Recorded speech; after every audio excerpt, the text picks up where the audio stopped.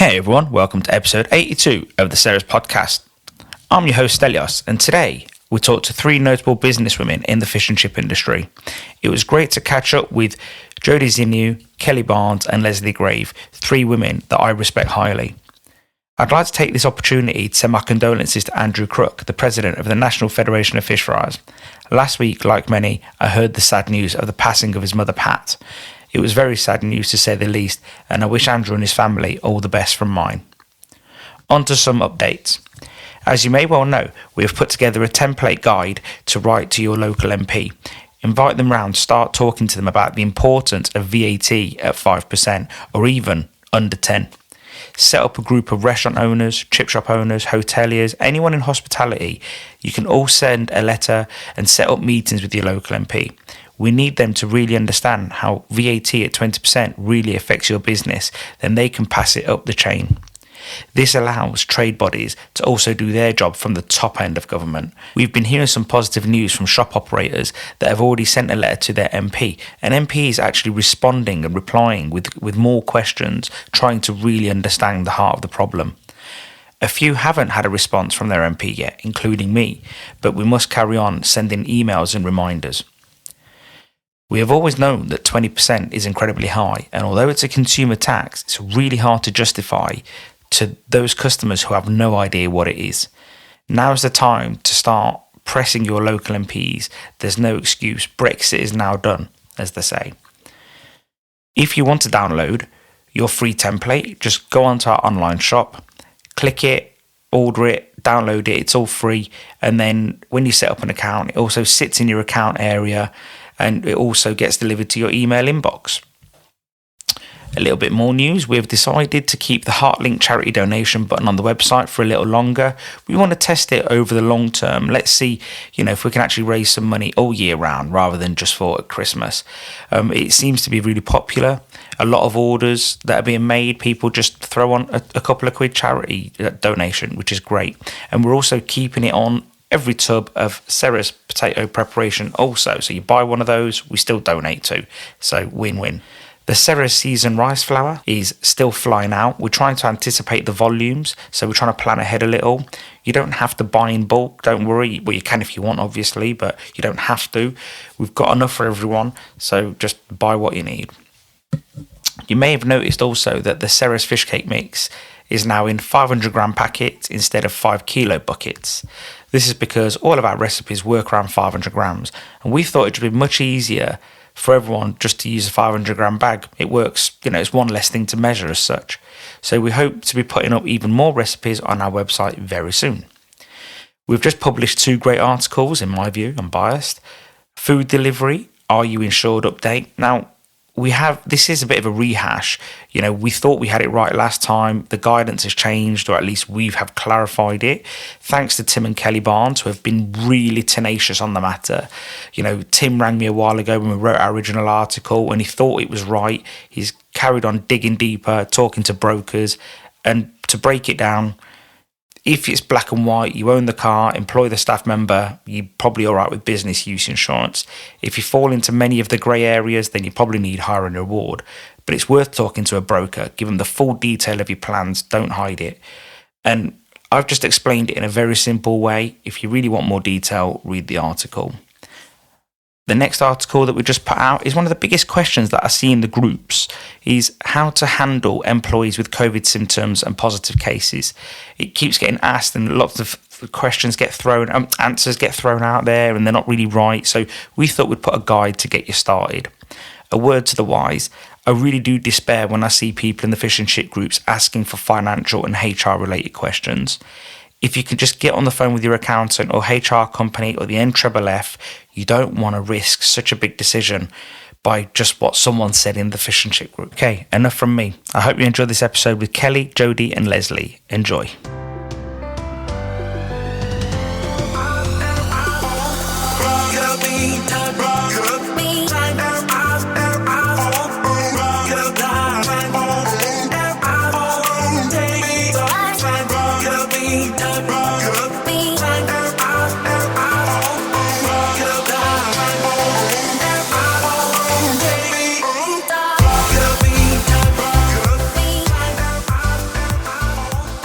So, ladies, welcome to the Sarah's podcast. I'd like to introduce you all to the podcast. We've got Jodie from Filed Fish Bar Group, Kelly Barnes from Crispies in Exmouth, and we've got Lesley Graves from Burton Road Chippy in Lincoln.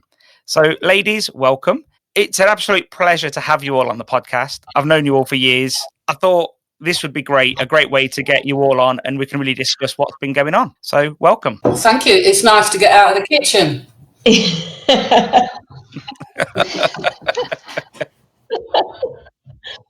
You mean the actual kitchen or the fryer? I guess they're not so different, are they? No, I suppose not. A woman's job is never done, as they say. And we're going to discuss a bit more of that later on, aren't we? Jodie, could you tell us a little bit about Filed Fish Bar Group, how many staff you employ, and the different types of locations? Yeah, we've got we opened our first shop in Marshside 11 years ago. Actually, I think it's 12 coming up the end of this year. It's a 50-seater restaurant and takeaway. And then we opened second one, takeaway in Birkdale, 5 years later. And then we opened our third site, I think it's coming up to 3 years ago. It's a restaurant, it's a bit slightly bigger, 60-seater restaurant and takeaway in Burscough. So they're all about 15 minutes apart. We employ I think I've got about 35 to 40 staff now. Yeah, and I've got 4 kids, so I'm homeschooling at the moment as well. So 3 businesses and 4 children. You missed one child out. Oh, yeah, I'm the biggest child, yeah. So, Kelly, on to you. Could you tell us a little, I know people, again, you've been on the podcast before, but could you tell us a little bit about Crispies, how many staff, different types of locations and so on? Well, we've been in business for 21 years, I think, and we are based in Exmouth. We have 2 shops, one of them being just literally a year old last November. And that is primarily click and collect and delivery. And yeah, we've been, both shops do equally as well, but one's sort of more in the town and the other one's in a housing estate. So they're both about a mile away from each other. Slightly different clientele in terms of the one in the housing estate is sort of more local trade, because obviously people don't know you're there. And then the one in the town is sort of a mix of local and then obviously holiday makers and people driving past and because of where we're situated. And Lesley, could you tell us a little bit about your situation, please? Yeah, I've just got the one premises. We recently, last September, we closed a 60-seat restaurant and takeaway and just moved and reopened in October after gas dramas last October for just takeaway. It's a big change for us, but it actually suits things as they are at the minute. So what will happen going forward just remains to be seen, really. We currently employ about 10 staff at the moment. So for many that don't know, you literally moved, 10 properties down the road, maybe, give or take? Yeah, just moved from the fact that we couldn't open. Obviously, during COVID, we were having issues negotiating the rent at the time. Our lease was up for renewal. So we was sort of 95% that we was going to move anyway because of the demands from the landlord, to be honest. But certainly COVID made that final decision for us and off we went. One thing that I'm sort of interested in is, I know you quite well, but I think others may be interested in this. So aside from COVID-19, Lesley, 2019 was a difficult year as well because you were having challenges with the landlord. And then obviously 2020, you've got COVID and everything. And then also started to sort of look at a new premises. Like, how did you manage to juggle everything? I think, to be honest, we came to the conclusion it was do or die in the end because the landlord really wasn't budging at all. In fact, he wanted to increase the rent significantly. And that would have had a massive effect, obviously, on prices that we were going to have to charge. And I'm all for a fair price for a good product, and I'm not one for just going on quantity. I'm a big believer in quality over quantity, but we was going to outprice ourselves. So it became a no-brainer in the end that actually, we need to look at the price, what prices we'd have to charge based on what rent this guy was after. It also limits what you can do with your staff for obviously training costs and a decent wage. So it just became a no-brainer in the end. It was sad. Obviously, we'd worked there for 10 years. We've built up a reputation. We've got lots of regular customers. And Obviously, in a takeaway, you still get your regular customers and you do know them. But from a restaurant perspective, it's a far more in-depth relationship. You even celebrate any family's big events, birthdays, anniversaries, Christmases, any sort of celebration, they happen in your restaurant. So you really do get involved in people's lives. So it was really sad to see the end of it there. But from a business survival point of view, for us, it was the only way to go. You definitely think there's a part of you that will miss having the restaurant, or do you think that it sort of ended for the right time of your life, and obviously with COVID restrictions and so on, or do you think you'd ever like a restaurant again in the future? From a personal point of view and that personal interaction with the customers, of course, I'm going to miss that. From a business point of view, it's totally the right thing to do. And who knows what's right going forward. 6 months ago, I stopped trying to plan ahead. I started looking at the next day or the next week. That's how far ahead it got for me in a planning situation, because your head just explodes because everything's changing so rapidly. Obviously, it's a fluid situation and we still don't know, So how can we plan? How can we look at it from that perspective? We're looking from a day-to-day, week-to-week scenario, and that's as far personally as I think I can go. I made that move to secure my business because that was right for my business at that time. And I see ourselves really as quite lucky. Our lease was up for renewal. As it transpires, I think it was lucky it was up for renewal, because else I would have been stuck there and I would have had to deal with that. And that could have been catastrophic from a business point of view. Do you feel, Lesley, are you worried that someone else will go in there, or has he turned it into something else? Is he using it for a fish and chip shop? Or currently it's still empty, because I would suggest that he's still after the same sort of rent that he was after when we were there. But yeah, of course, that's a big worry. What is it going to be? But I suppose ultimately that's down to me to make sure what I do, I'm doing it well. So hopefully by maintaining my standards and my qualities, then I should, retain my customers. It's really interesting, isn't it? I think because that then carries on like with other fish and chip shops as competition in the area. When you've got either people new coming into the business, into the trade, they always worry too much about the competition. And like you say, it's more based around what we're doing as a business, making sure our standards are okay. I think that's what people have to maintain, especially at the moment with everything that's going on. You've just got to carry on doing what you're doing and doing it well, haven't you? Yeah, I totally agree with you. And I think also the involvement in the community plays a big part as well.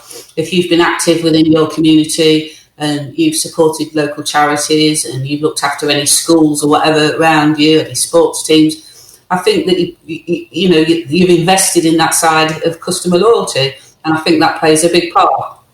I think the situation with restaurants, so it's obviously we've got two.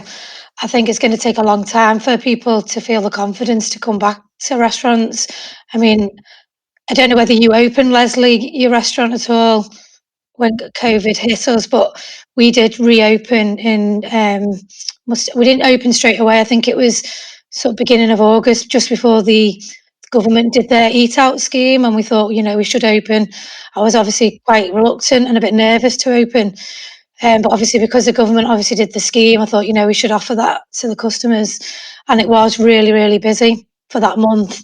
And then come September, I just think because our customer base are elderly, a lot of people were very nervous to come out, and the restaurant never really came back. And then obviously we closed again in November, reopened one of them in December. So I do think it's going to take a long time for that confidence, from the customers to come back to a restaurant. Yeah, I fully agree with you, Jodie, and it must be, a real strain, even more of a strain on fish and chip restaurants and who's got a takeaway. It must be. We never did reopen because I had the same feeling as you. I may have looked at it differently if I wasn't planning that move, and obviously it would depend on what tier your particular area was in at that time as well, because that was an added confusion. And I know there was a lot of work done in your area to lower the tier and all the rest of it, and the infection rates all came down. But I think at the time in my city we were quite high. So yeah, I can't even honestly tell you what I would have done. We were lucky because obviously the takeaway is strong, and We obviously we'll probably go on to it in a minute, but obviously we developed the app, and I think because we had that side of it alongside the restaurant, we managed to. A lot of those customers that were shielding and the elderly that weren't coming to the restaurant started to get used to using the app, going online to get to have their takeaway. One of the massive benefits our industry has had is, in comparison to restaurant only or pubs, we generally have takeaways as normal, and the restaurants are usually either a bolt on or equal. Whereas if you can close one, you can carry on trading. And I think, don't get me wrong, I'm not suggesting it's as good as it used to be, but you can manage, you can get by, you can keep trading, and I think that's what's been pretty good for our industry, I think, in my view. And also, what do you have to change to make fish and chips good for takeaway? You don't have to change anything. It is ready to go as takeaway. If anything, it was just better as a restaurant because, it comes straight out of the pan, rests for a minute, sits on a plate. But I think 99% of the population are used to having their fish and chips delivered, aren't they? Either by themselves or by you, if that makes sense. Yeah, I do think, because some of the customers that did come for the restaurant did also get takeaway. So that, like you said, you could just carry on, and if they couldn't come and sit down, then at least they could still eat the food. So I do think, as an industry, we are lucky that we've been even the restaurants like myself, that we've managed to continue. And I mean, for us, our second restaurant we opened, I know you've been there, Stelios, and Lesley, you have too. It was we didn't do it as open plan as the first one, so it's quite a separate. Although it's next door with a hatch, it was a separate restaurant. So it was a bit easier with that one because we could just close a restaurant and it was just turned into just a takeaway only. Whereas the first one, we've been using the restaurant for people. Obviously now it's gone a bit colder. Distance, people are standing, to wait for their food. So that space has just been used for that, really.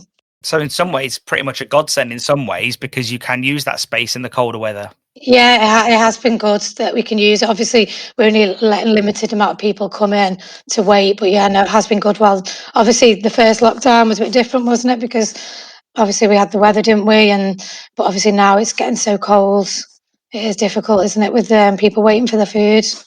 So before Scotland made their announcement about this hatch business with the hatch or the screen or whatever it was, we actually made that move anyway. Well, we pretty much decided the day of lockdown or the day after lockdown that we were going to move to that anyway. And I think it was more, not just about the safety of people, but also staffing costs, because we noticed a hell of a drop in trade, like you say, I think because of the weather.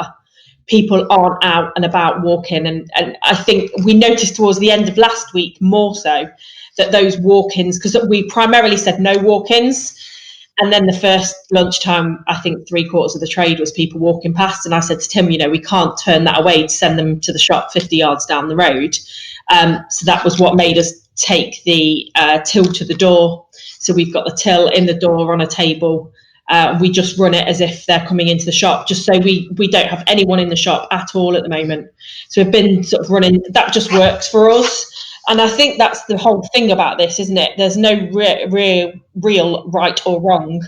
It is about what works for you and what works for your shop. And I think it's about not being judgmental of what other people are doing and really, learning from what other people are doing and hoping that you might be able to, if yours isn't working, then maybe taking on someone else's idea and using it to suit your business. I think you're absolutely right, Kelly. There is no right and wrong, and what works in one shop is clearly not going to work in another, and vice versa. And it's important that we are adapting and we are listening to each other and we are picking up information and questioning whether that will work in our business and sharing that information. And I think that's what's really good about our industry is, on the whole, people do that. There isn't a blueprint for a fish and chip takeaway and then the addition of a box next door for the restaurant side of things. Everyone's different. Every building's different. Every shape, size is different. And obviously size has been key in the decisions that we're having to make during a lot of this lockdown about obviously allowing that space between customers and working practices. And I think on the whole, there's been some great sharing of information. And I know for a fact I've learned lots of other shops, and hopefully I've passed some information on to other shops as well. because for me, that's what it's all about. I mean, we didn't do deliveries before pre-COVID. We did have Deliveroo, like yourself, Lesley, but we didn't do deliveries of our own. I think that's been the massive change for a lot of people, you know, with getting your own online app, or, you know, getting people to order online. You know, I know Kelly helped us so much at the beginning because we didn't have anything in place, and we had to try and get that done quickly to move with the times. Yeah, we had, from the previous shop with the restaurant, we had delivery set up from then, but we certainly didn't have any click and collect or any apps or anything like that. Not that we've got any apps now. We continued with Deliveroo. We just brought that across from the restaurant into the new takeaway, and then started click and collect there. And there's been different times throughout the lockdown that all of a sudden the walk-ins or walk-ups, depending on how operationally you're working, that has varied massively. But currently, more click and collect, then it'll be Deliveroo, and then it'll be the walk-ups, because I felt so bad not allowing anybody to walk up because of elderly people and people that aren't computer literate, or people that don't perhaps even trust online payments. You know, there's a varied spectrum of people out there.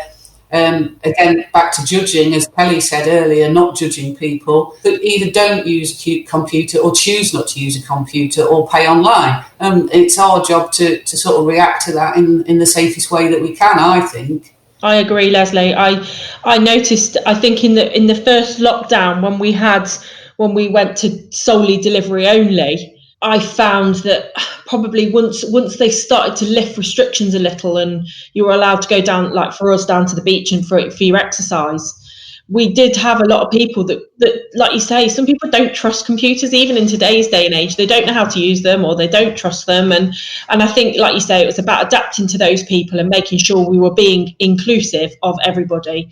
And that was so important for us, really. And yeah, it was one of the things that we adapted pretty quickly. Some things we did overnight or within a few hours, and then there were other things that we kept in place for weeks. And I think that's probably been the hardest thing. Like you say, Lesley, earlier on, I heard you say, I learned not to plan. And I think we're all the same in our industry. You know, we're all about doing rotas 12 weeks ahead, and, you know, people booking holidays 6 months ahead, and all of that stopped and sort of ground to a halt, really. And you really are thinking on a day-to-day basis, you know, how am I running my business today, and how's that going to affect my business today, and what, you know, what's going to come out of that, and how are we going to get through this next week or so. And yeah, I think this lockdown for me, though, feels very different. It's a lot quieter, because I think a lot more people are at work. So they're either working from home because they're set up to work from home, whereas the first one, everyone was on a 6-month holiday, I felt, while I was working my arse off. Yeah, I agree. I think it is very different this time. I don't know whether, I suppose because it's January, it probably doesn't help either, because it tends to go a bit quieter, doesn't it, the first couple of weeks. But I mean, I was quite worried on the first week of lockdown, and Bam was saying to me, don't worry, you know, it's only the first week, you know, everyone is going to be wary, and it's got a bit better as the weeks have gone on. But I do think it does feel different this time. I agree. Yeah, I think we all forget, because we're so involved with the COVID and the lockdown and the repercussions on the business, that actually it is January. You know, who has the best week of their year in a January? You know, I certainly don't. I know again that varies across the country when people are busy, but I think on the whole, apart from New Year's Day, say at the coast perhaps, in previous years, I think January sort of into February, maybe half term, I think that's the quieter period of the year, generally speaking. And I think we've got sort of a bit caught up that this is COVID. No, we need to make comparisons from previous years within businesses, that actually we know that that's going to be quiet, and we need to sort of just take a deep breath. I don't think anybody's going to make a million particularly this year, but it's about survival in the best way you can. Do you think that maybe it's also not as busy as the last lockdown, because many people are trading, let's say, COVID ready? They're online, they've got more click and collect delivery maybe, or whether it's just through aggregators. Do you think that they've maybe all just got up to speed with what they needed to do to stay open? I was going to say, I think for us, because I know most places did close, didn't they, for the first, obviously it was a big shock, wasn't it? The restaurant shuts and a lot of takeaways closed because no one really knew what was going on the first time round. And I think for us, because we were closed, I think 5 weeks and then reopened delivery only, everyone couldn't wait to get the fish and chips. They were ready for it. And they just, they'd missed it. And then we were just, I couldn't believe we did our pre-order, our app, and we were just full after one day of putting it on, every slot gone. And it was like unbelievable. But obviously, as the weeks went on, more places opened and, it changed. But I do think that it was different because it was delivery only the first time. I think for a lot of places. I think a lot of it as well is a lot more people have lost their jobs this time around. So I think, that initial first lockdown, everyone, was like, oh, it's fine. We've got furlough. We're all okay. And I think a lot of people going into January, it's the time that people sort of, if you're going to get laid off, it's normally January, isn't it? We always say because we're quite close to the coast that unfortunately is January and February are when a lot of suicides happen, because there's a lot of Christmas and that pressure of Christmas and everything else it's all around that area and that sort of time in January. But I think that the spirit's gone out of this lockdown. No one's baking banana bread every week and doing family Zoom quizzes. I think it's because people genuinely thought by the end of the year it'll be fine, it'll be all gone and done and dusted. We'll be out the other side. And I don't think a lot of people sort of sat back and thought, we're in this for the long haul. Let's sort of sit and ride it out. But what do you do? I don't know, like we said earlier on, what's right and wrong. Hindsight's a wonderful thing, isn't it? You can look back on last year and think, oh yeah, it'll be all right, it'll be okay, it'll be all done and dusted. But actually, it's probably going to be around for at least another year. And I think we've just got to ride with it. But I do think, a lot of people have lost their jobs, so that probably like Lesley was saying, it adds to that January pressure, doesn't it? And, Christmas and all those things that are normally there in January for us as an industry are still there, but they're just masked with COVID on top of it. So I think because first time round when people were furloughed, like you said, it was a bit of a holiday, wasn't it? Whereas this time round, if someone's furloughed, it's becoming a bit more worrying, isn't it? Yeah. Because you don't really know what's going to happen next. Yeah, I think I've spent a lot of my time really trying to sort of get through to my some of my younger members of staff that this isn't going away, and your 80% wage is wonderful, but that they're spending money like it's water still, and they're not really thinking about the long term. That they genuinely thought, I had to tell one of my lads that the schools are closed because he had no clue what was going on at all, and it was like, oh my god, are these people not watching the news? I don't know, maybe as a business owner you become more aware of these things, and they're just, I wish I was like that. It's funny that you said about that, Kelly, about the younger ones. Well, not all the younger ones, but generally the younger ones. They don't actually sit and watch the news. People don't sit down traditionally now and watch the 6 o'clock news or the 10 o'clock news. They're getting the news from different sources. And they may or may not have heard the latest rules and regulations. They don't understand what's going on. And I know certainly I've been having to do like a weekly update for staff because they're not all aware of what's been going on. And then it struck me that no, people aren't just watching the news.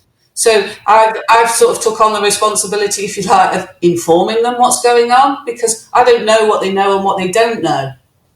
Have you found that in your businesses?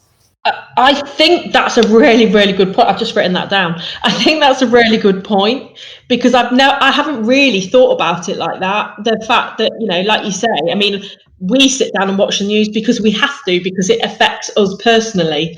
But it doesn't affect them personally. It's such a great idea, actually, updating them and, and giving them a weekly update, if you like. I really like that idea.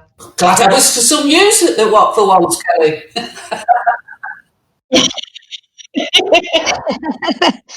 But do you think that some of the older staff got it a lot more than the younger staff then, if that's the case? I think it, apart from the news source, yes, I do think that, but also because the older members of staff were more fearful for their health. Because what news was coming through to the younger people, I think predominantly was, but you're all right, or it's at less risk for you.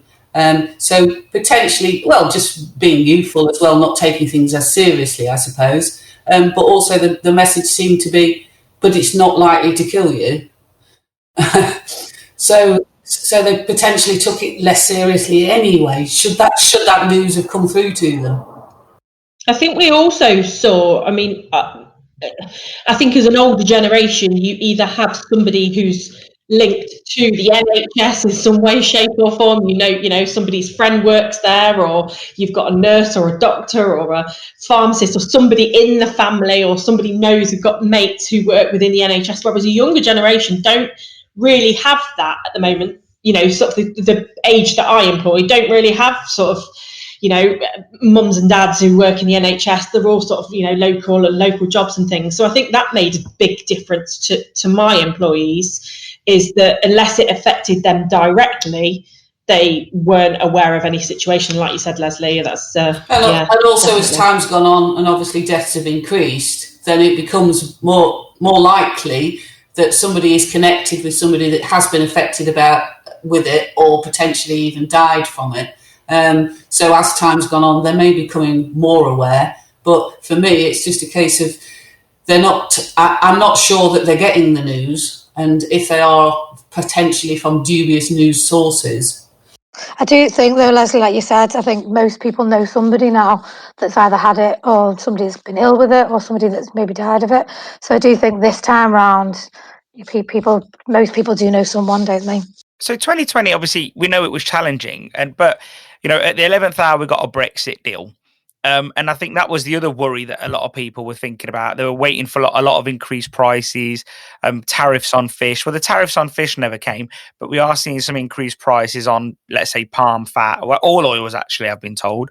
So, you know, with that, how do you guys think you can remain relevant and cost-effective, value for money for consumers when there will be, or if we're not already in one, a recession? Well, to be honest, the biggest shock through all of this for me is how people haven't really cared how much they've paid for their fish and chips. We're all really price conscious. I know all of you, both of you girls, are really price conscious where you are in your business, because that's your job. But what's been really, certainly for like deliveries or through an aggregator, it shocked me what prices people are prepared to pay to get their fish and chips. So for me, I've took confidence from that, and I won't be shying away from increasing prices where I'm forced to, because of those price increases through imports from Brexit, through the Brexit negotiations and all things like that. I'm not going to shy away from increasing those prices, because I've actually been reassured what people have been prepared to pay through Deliveroo, for example. Yeah, I agree, Lesley. I mean, we charge 20% on top of our for delivery on top of our normal prices, and £1 a delivery or wherever the area is. And I must admit, I was shocked at the amount of volume throughout lockdown, how much, like you say, people just spent on fish and chips as a whole, or, you know, as family meals. So I think when that time comes, whether it's always sort of an annual thing, sort of just before Easter for us, because that's when you sort of, your prices tend to increase, sort of around the end of the financial year, if you like, or the start of the financial year. I won't have any hesitation in putting my prices up if I need to, and I feel like, or if I think for Tim and I, if we do feel like we can hold on to it for 6 months, then we will do. But I think I'm probably less inclined, to be holding that cost myself, which is what we've always done as a business in previous years. You sort of absorb as much as you can without passing it on. And actually, I think we're all in a position where we can't do that at the moment. We have to pass that cost onto the customer, and I think that's important as an industry. Yeah, I think we've almost felt guilty putting prices up. Well, I certainly have. It's like, are people going to want to pay that? But it's not about that, is it? It's how much does it cost you? So what do you need to charge, to achieve your profit margin? I'm not in charge of that. I just have to work that out and pass that on. And certainly going back even before pre-COVID, when people are spending on a debit or credit card, whatever, we can all see that the average spend is greater. When I look at Deliveroo costs, what people spend per head is far higher. Click and collect is higher than a walk-in. So people are prepared to pay if they're getting the quality. So for me, every time it comes back for quality. If the quality remains the same, the price is what it is. Yeah, I think that's important. I think for us, we are more expensive than other shops in our area, but our quality is better. So, at the end of the day, you pay for quality, don't you?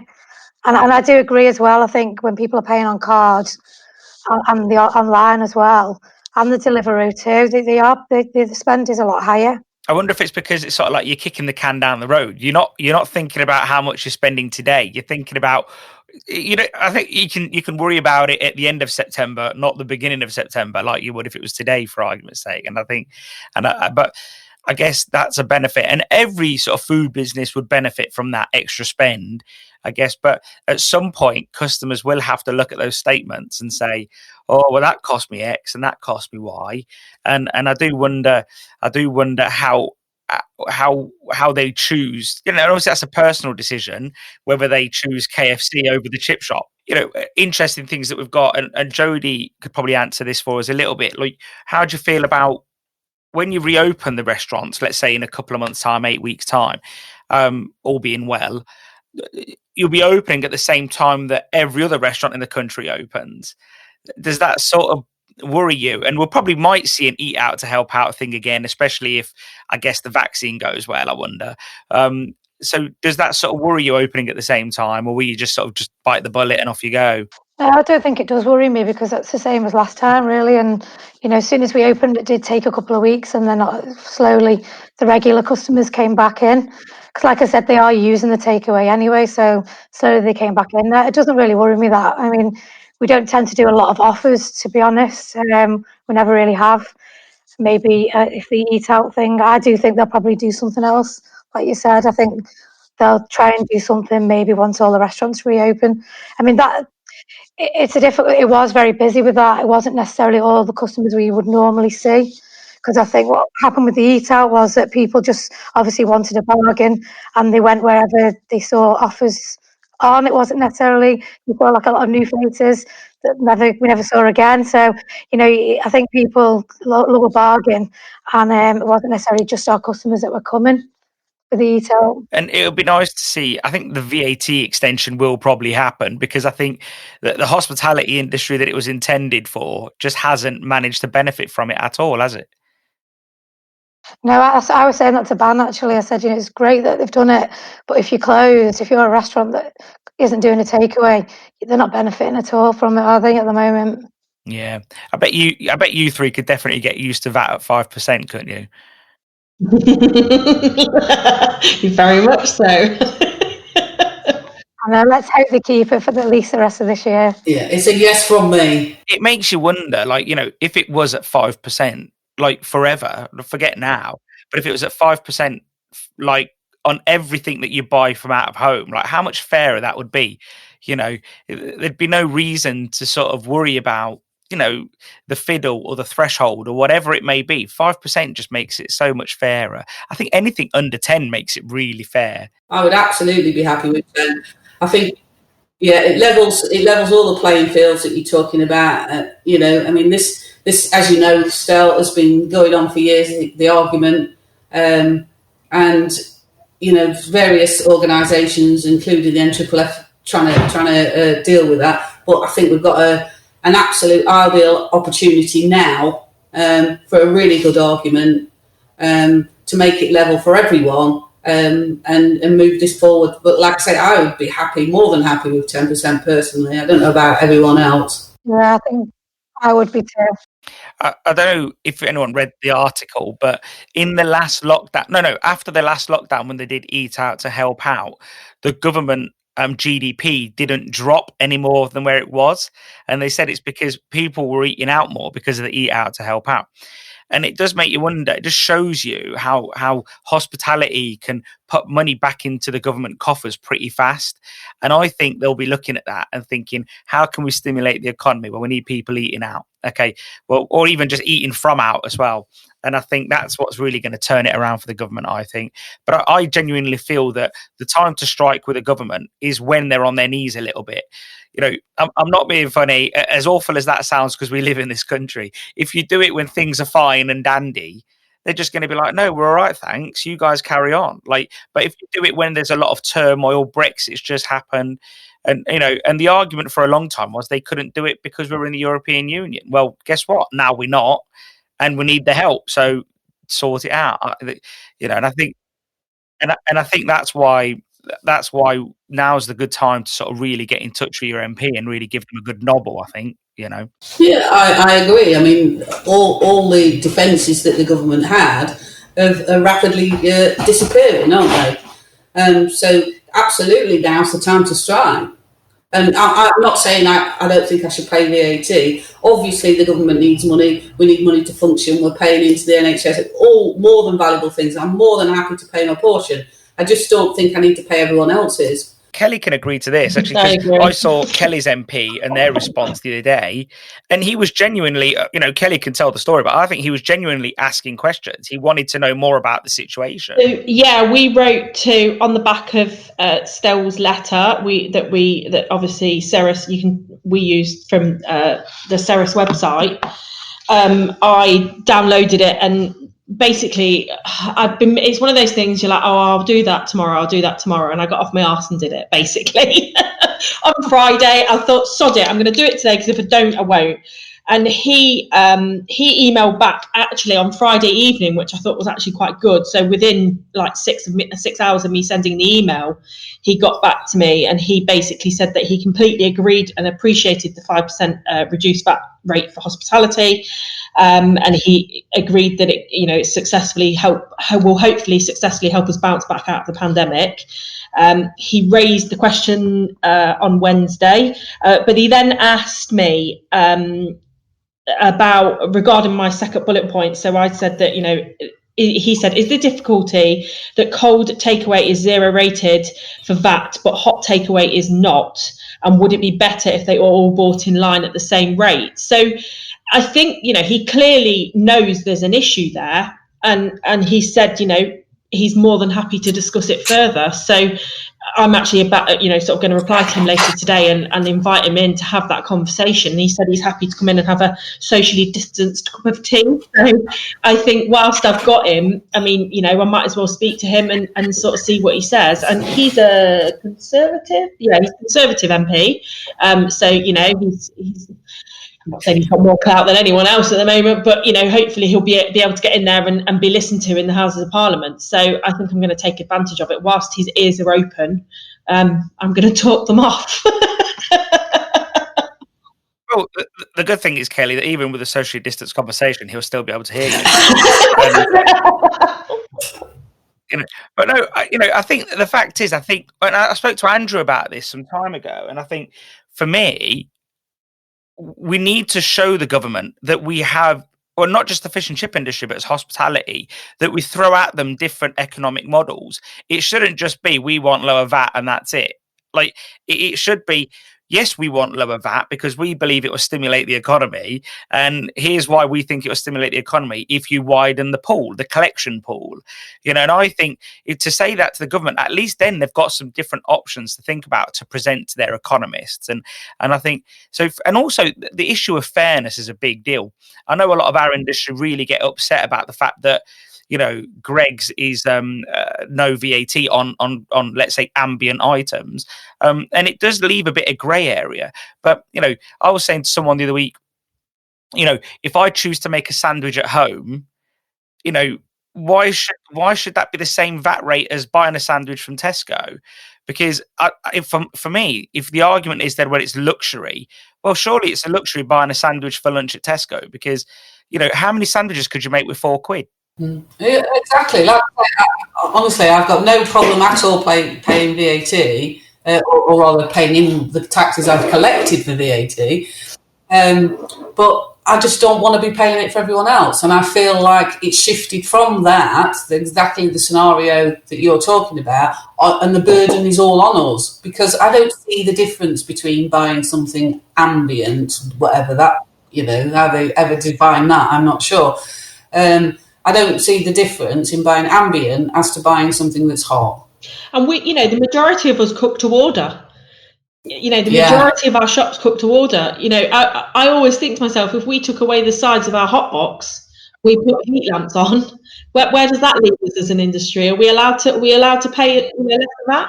We're not. No, because fish and chips is actually worded within the VAT framework. So not only does it say hot food takeaway, but it actually gives the example fish and chips. So even if you took your hot boxes off and put it in a little skimpy piece of paper so it didn't go warm, or did it open, I think, and I think it would make the product poorer anyway. I think rather than making our product worse to get by, I think we should just make everybody else pay the fair share that they should collect also.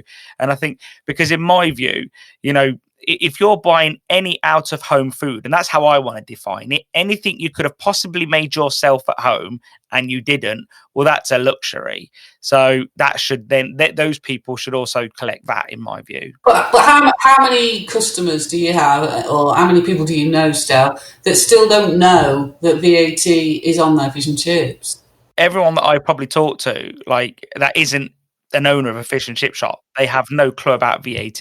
But on the flip side, when I say to fish and chip shops, why don't you put it on your receipt, that there's VAT on it? Why don't you put it on the menu board that there's VAT on it? People just don't want to talk about VAT. So it's almost like a double-edged sword. And I think that I did read that a few years ago, when UK went into the European Union one step further, because obviously it was all phases over the years, when we changed over from the precursor to VAT, the European Union said you can't be like America and say it's this much plus VAT. We always had to have it folded into the price. And when you look at the history behind that, it's obvious why. Because in America, if you've got a local tax that's at 10%, and you put it up to 12, everyone kicks off. I mean, it is a big deal. Where when it's folded in and your consumers don't know about this consumer tax that they should know about, then no one knows about it. And it's the shopkeeper that ends up getting sort of, oh, you put your price up again. Oh, but VAT went up from 17.5 to 20. Oh, yeah, what's that then?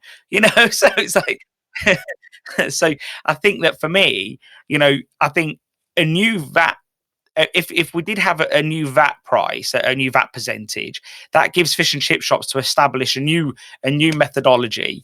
It allows them to put a sign up in the shop saying VAT is 5%, 10%, or whatever, and it allows customers to really understand what a consumer tax is.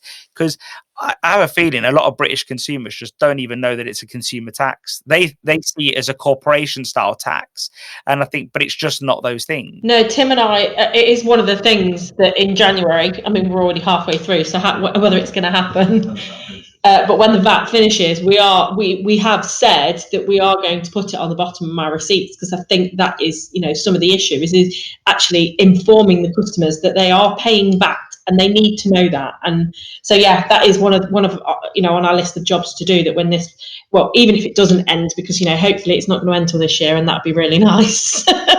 We'll stay at 5% for the rest of the year at least. I'd go as far, Kelly, and say just to do it now. It's only a little setting on the EPOS or whatever you call it, and when I go to, as in normal times I travel a lot, and I'll go for a coffee or a McDonald's or whatever it may be, and at the bottom it just has a little under price. It has VAT or tax. Yeah, and I think, choose your terminology. It doesn't matter which one it is, but I think tax people understand a lot quicker. But I think that way is like, it starts educating people sooner, in my view. Yeah, I think you might be right, actually. Most business people do, because they obviously, but I guess the average consumer, maybe a quick look to make sure they weren't overcharged, and maybe if that, I don't know. I wonder if we're the only VAT registered industry that doesn't put, the majority of us don't put it on our receipts. Because, you go anywhere else, and if they're VAT registered, it's always on the receipt, isn't it? Anywhere else, McDonald's, everywhere, it's always broken down. our industry has a massive averse fear to anything related to the HMRC or Treasury. You know, I remember saying to one shop owner a few years ago, we did some posters to promote, not promote, but to make people aware of VAT. And I remember how many calls I got and texts saying that I was an absolute idiot. Because, and I get that daily for the most part anyway. But it was, I think it was, we were just basically saying to consumers in chip shops that there's VAT on fish and chips, and it was £1.66 per £10. Well, the amount of people in our industry that messaged me and called me thick on the groups saying that I got it wrong because they were saying it should have been £2. And you think to yourself, well, if our industry didn't know that formula, then how do we expect consumers to know that formula? And I think that a lot of the time, because it has been a predominantly cash-led industry for the last 150 years, but I think now moving forward, there's going to be no excuses to making those mistakes. No, I agree. There's lots of people don't understand it themselves, but equally so, there's lots of people that still aren't even taking card payments. So you tell me. I mean, at the moment, we're only taking about 10% cash, I think. Yeah, so that's all. I think last week we were about 70% online orders, which is really high for us. And do you think, Jodie, that is there to stay, or do you think it will slowly come back down and maybe find its place? I don't know, for argument's sake, 50%. I'm just being hypothetical. Do you know what? I really don't know, but I do think that people do. I think it's even like when I do Tesco click and collect, and I've been doing that though before COVID, but I'm doing it every week now because I don't really want to go into the supermarket. But I do think people like that service, don't they? The click and collect, that they don't have to go in and order and they can just do it. And I don't know. I think because so many places now are doing the click and collects, it's not like it's just us. It's everything now, isn't it? It's everywhere. Yeah, I think the longer this goes on, the more likely it is to remain to a greater proportion, because people will have got used to it and they've started to use their time for other things, rather than going Tesco shopping. If you can get it online or you can get it click and collect, how many hours a week does that save you? Certainly somebody in a position that you're in, Jodie, with a business to run and 5 kids. Then what time have you saved by doing that click and collect? I'm sure you've got better use for that time, and it's probably something you'll continue to do. And I think, like Kelly was saying before, the deliveries, I was surprised that people are happy to pay that delivery charge, and I don't think people are bothered. They're happy because they are saving time and they're not having to go out the house. I think times are changing, and it probably will stay. That's a song, is that? Times are changing. But I think, I do miss going to the supermarket. And look, and I think the difference is here. No, I can see your face there, Lesley. I've got the same face, really. Can I just say, and I tell you, and I think the difference is here, and I think we're going to touch on it later as well, is because I'm not the main person that does shopping. I go for the top up. I go for the treat. I like walking around and filling up the basket, acting like a hero once every few weeks. You're the guest shopper. That's not. And yet, I think that's not real lifestyle. Exactly. Yeah. No, but I do believe that the likes of these supermarkets miss the men doing that, because we buy, and I spoke to Beniko about this when I went shopping last week. Actually, rang me just after, and we buy irrationally. Women buy rationally, so women will buy what they need, and obviously the odd thing that their kids like, and but men just walk around with an empty trolley and like, yeah, that'll do. Yeah, that'll do. Yeah, that'll do. And you think, I got home the other day and I bought some Greek black olives. And Miriam goes, we've already got 3. And I was like, we've got another 3. Like, it's just, so I think that's where, I think I do miss the spontaneity to some degree. I went out the other day, I forgot my mask, come back in. You can't just I think consumers will miss that spontaneity, I just fancy walking up to the door, can have a bag of chips or go through to the supermarket. And I think maybe people will crave that. And I wonder if you'll feel quite rebellious to be that spontaneous later on, like, yep, go into the shops, look at me, like, and I without my mask. Yeah, and I think most people are going to be sick of the sight of the masks at some point. I think they are now to some degree, but we do it because it's fair and we're all being generally nice socially. But I think from a consumer point of view, I think people will miss dining out. But I do think also the basic things like, oh, I'm just going to pop into the chippy on my way home. No click and collect. We're just last minute, just a very last minute thing. We're hungry, let's do it. And I think me and Benika have always spoke about this, about fish and chip shops, is that is where we really excel. I think if it's Chinese, Indian, maybe not so much McDonald's, but I think maybe KFC falls into this camp. You plan for those things. Whereas with the chippy and McDonald's, you don't really plan. You just say, I'm popping into the chippy or I'm popping into McDonald's. So actually click and collect and all this does throw a barrier if you're one of those spontaneous people, in my view. I think on the whole, people have had to think further ahead. We spoke about Jodie saying about click and collect, that she now does it every week for the shopping.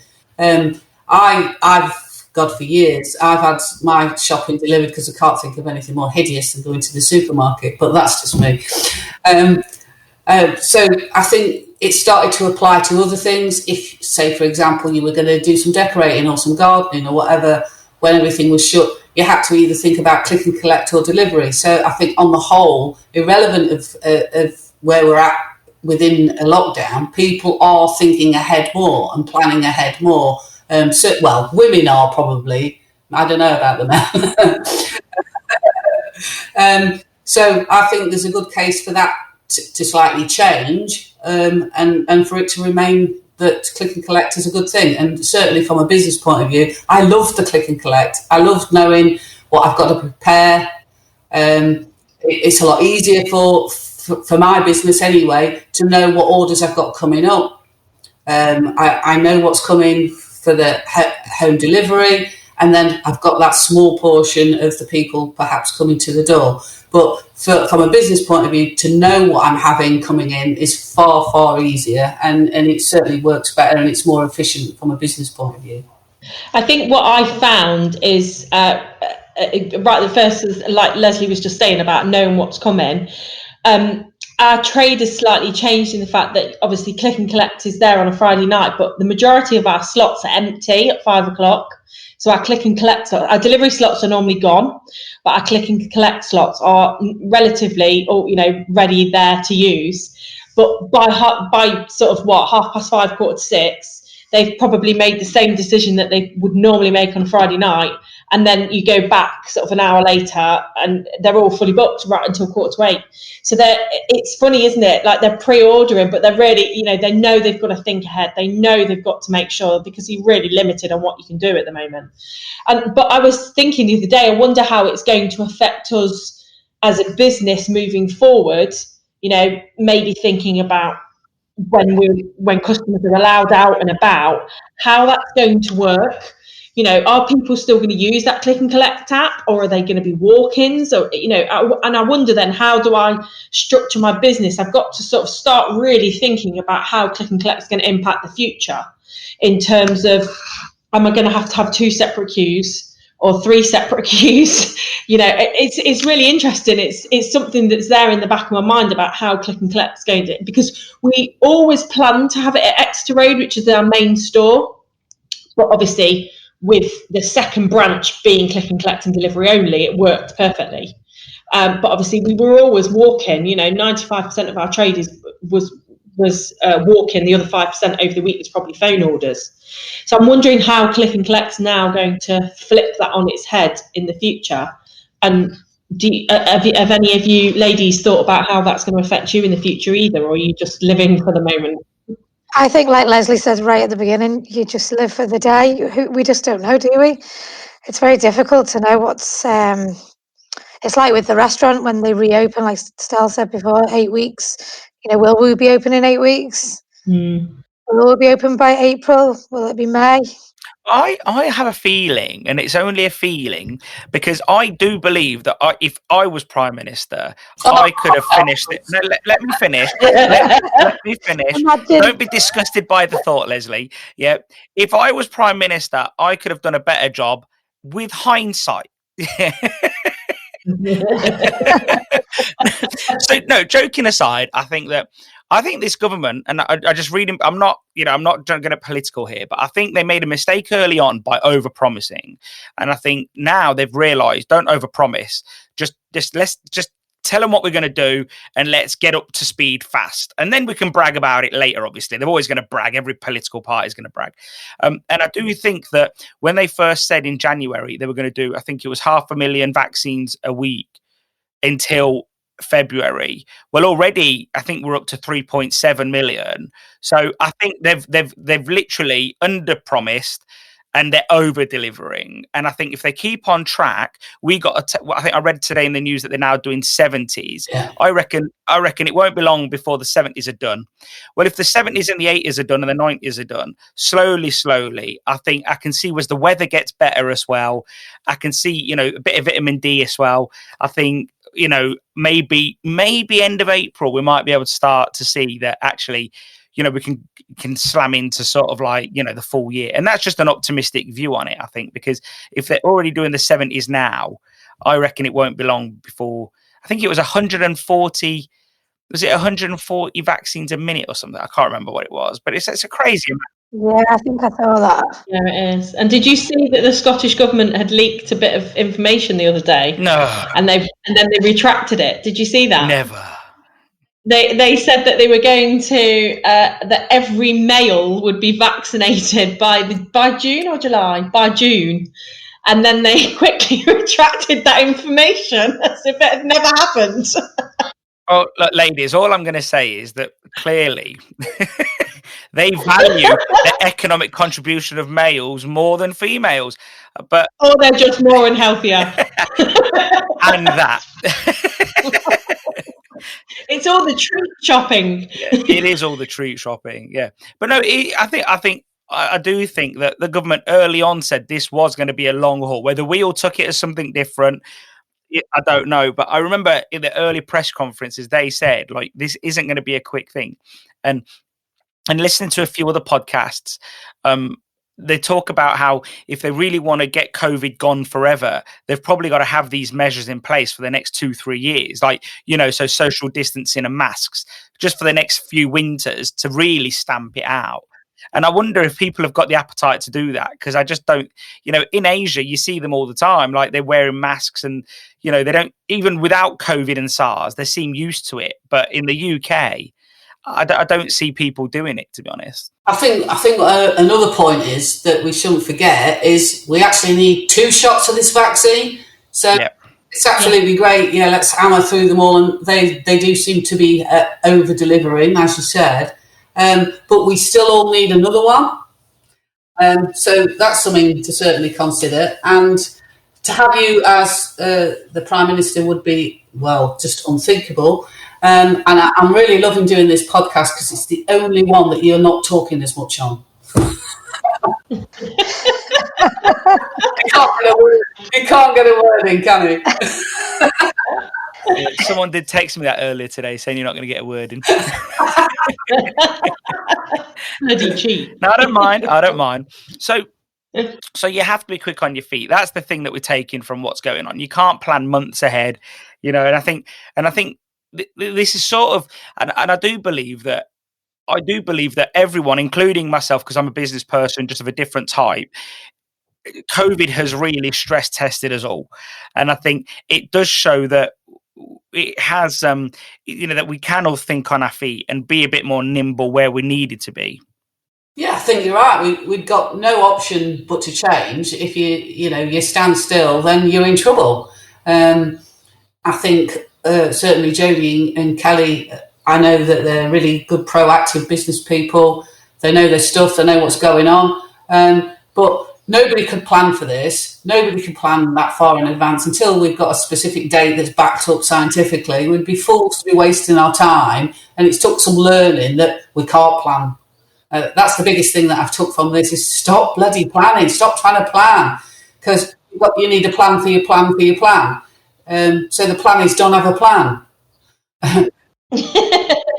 Yeah, it's true. It's true though. You can't plan, so you've just got to go with it. I mean, I'm quite an organised. Well, I used to be, I think, before kids, but I used to be more organised. But I've realised now I can't. You just can't plan. I've got to just go with it. I think that's probably what I found the hardest is. Well, right from the start, I'd like to openly say and admit I am an actual control freak. Yeah, we do that. And I think that's probably what I found the hardest through all of this is the not knowing what's coming. I must admit, I think I've switched off a little bit in the last 6 months, but probably up until then, even through that summer, I was just on tenterhooks all the time. And I think, I think especially when you've still got people, like trying to book holiday for this year, I'm like, what are you booking holidays for? Like, what are you doing? You're not going anywhere. The media has a lot to answer for in that respect, because even yesterday I saw like the media encouraging people to book their holiday abroad, and I thought to myself, oh blimey, that's a bit tricky, like you're going and booking your holiday right now. Like, I think I'd do a last minute one maybe if everything was okay, but I don't think I'd book it now, because I just see it as a load of rearranging and calling people, and I can't be bothered with that. It sounds like too much effort. Ryanair are advertising jab and go, aren't they? That's their slogan. All right, so you got to have a jab and then go. Yeah, they don't do it while you're on the plane. They're literally jumping on the back of the vaccine bandwagon, jab and go for 49 quid. It's like, it's just marketing beyond belief. I really do. But he's going to charge £900 for the jab. He's going to do it while you're on board, and then 300 quid for your suitcase, and just 49 quid for the flight. So. So one thing I saw on the groups the other day that I can't remember their names, so I can't remember which group it even was, but they were saying that they feel like they want more grants off the government. And I think from my point of view as a business owner, I don't want grants. I want to have the ability to sort of grow my business and hopefully do a great job without any impediments. Obviously, there is impediments at the moment, so you can't do anything about that. But do you feel like some of those shops maybe... I saw one person said they didn't do click and collect, they didn't take credit card, as Lesley mentioned earlier.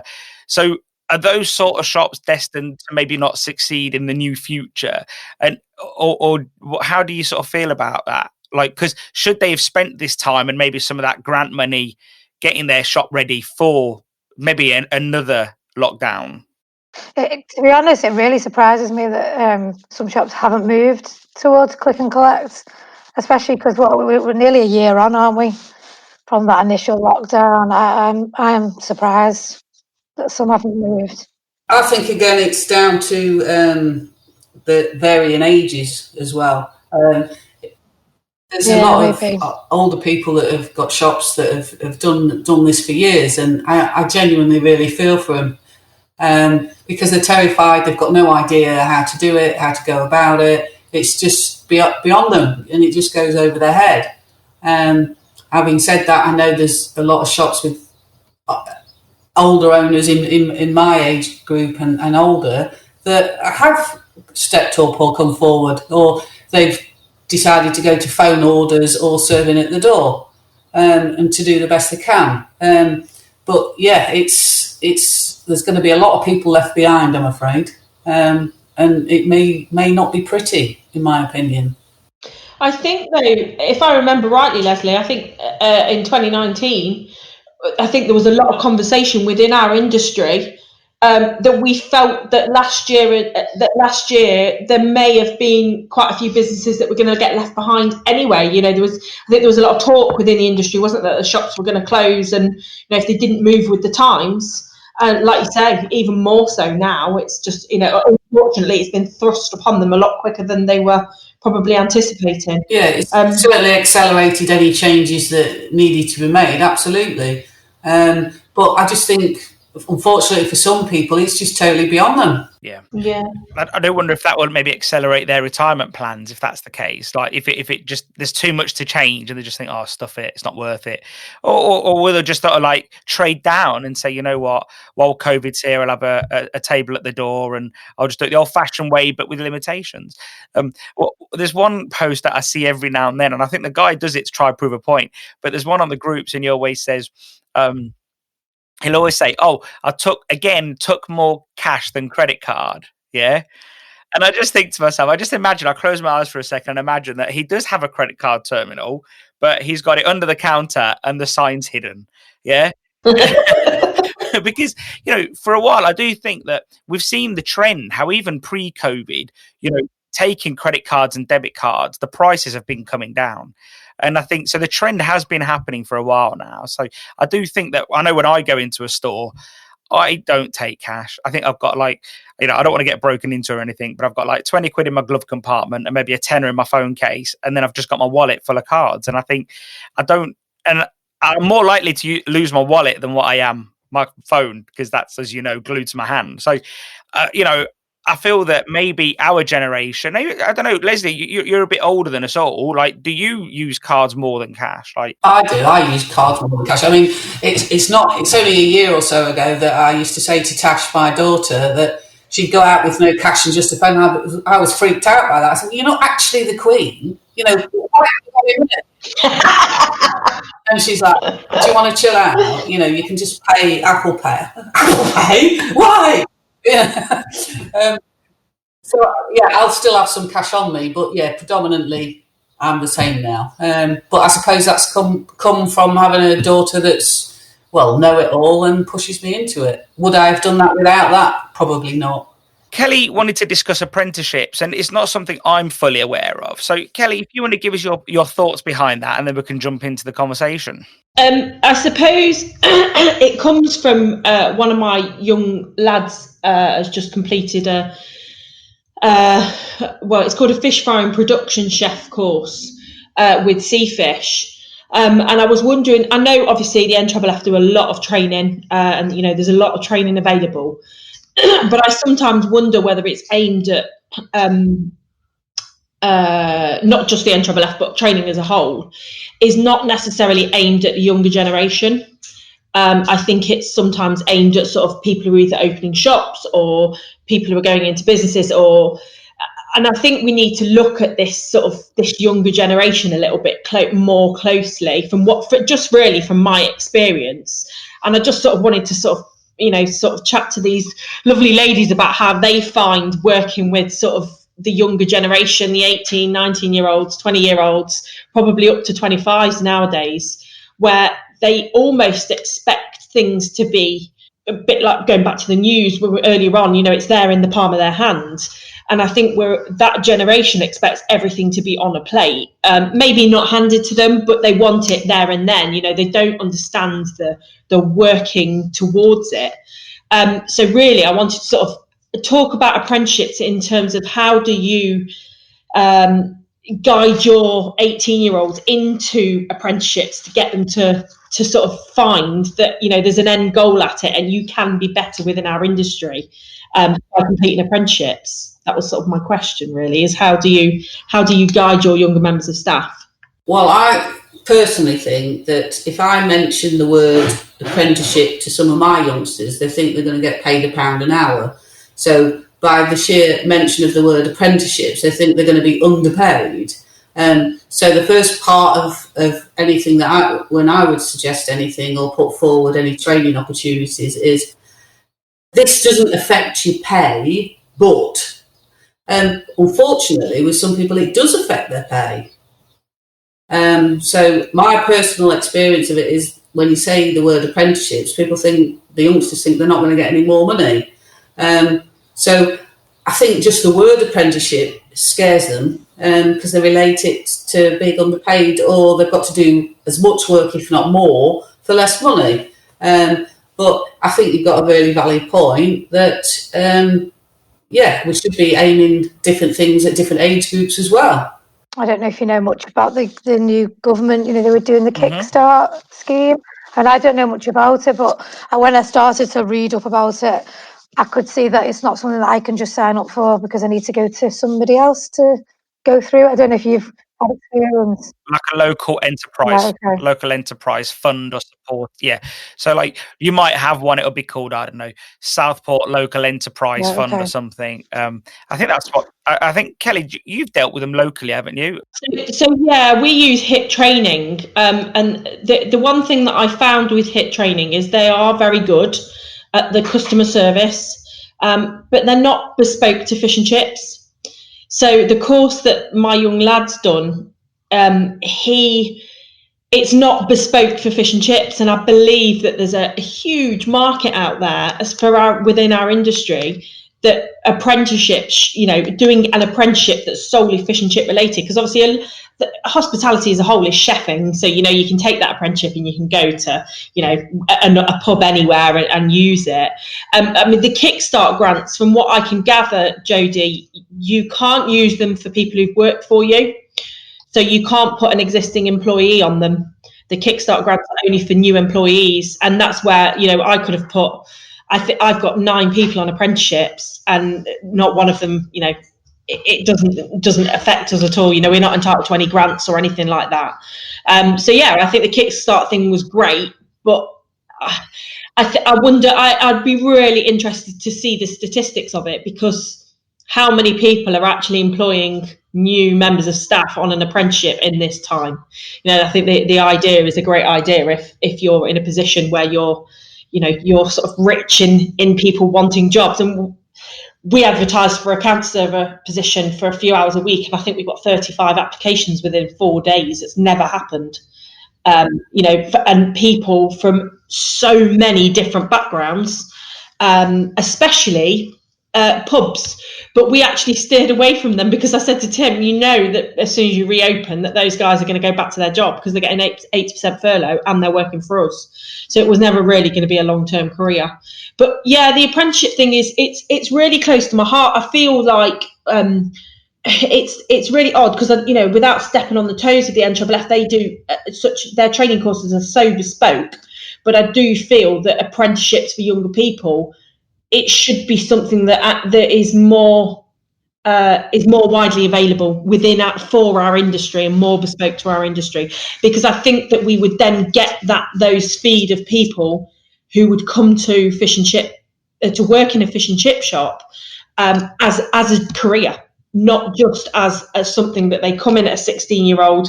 They're 2 years later, they're a bit lost and don't really know what to do. So I'm going to stay in this job because I quite like it and I'm enjoying it. And then, whilst I'm here, I'll do an apprenticeship. It'd be really nice if we could have something. I'm not proposing it's going to be me, but I'm just sort of putting the idea out there. If we had an apprenticeship that was bespoke to our industry, that people could leave school and think, do you know what, actually, I love fish and chips. I want to go and work within the fish and chip industry, but I don't know how to do it, because I think that's what a lot of people struggle with, is they just see it as a job. So I agree and disagree with you on a few things here. Okay. So I agree that we need something, that goes without saying, but I don't think a 16-year-old at school is going to say, you know what I want to be when I'm older?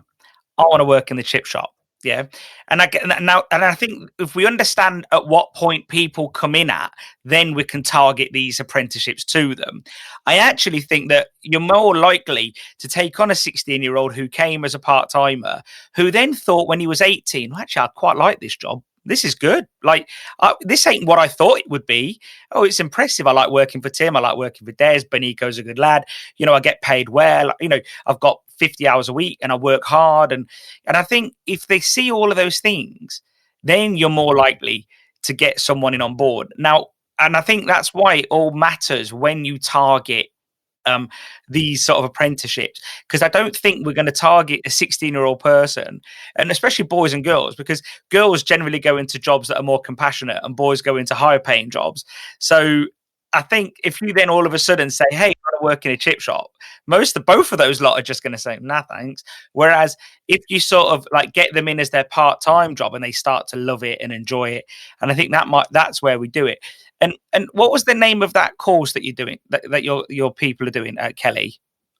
He was doing a fish frying production chef course. Now, yeah, I mean, it's whether Is that retrofitted is what I wanted to ask, because the name sounds like it's almost like a bit of a retrofit course. Like, have they, or is it specifically about fish and chips? No, it hasn't been tailored as well as it should be, in my opinion. It is a production chef course. That they've kind of added fish and chips into it, which so then there's parts of it that don't necessarily fit the industry and fit the role. Obviously, apprenticeships are very much employer led. They learn everything in house, and that's why they're apprenticeships. But I do believe that the endpoint assessment part of it should be very much targeted at fish and chips, because that's the industry they're going into.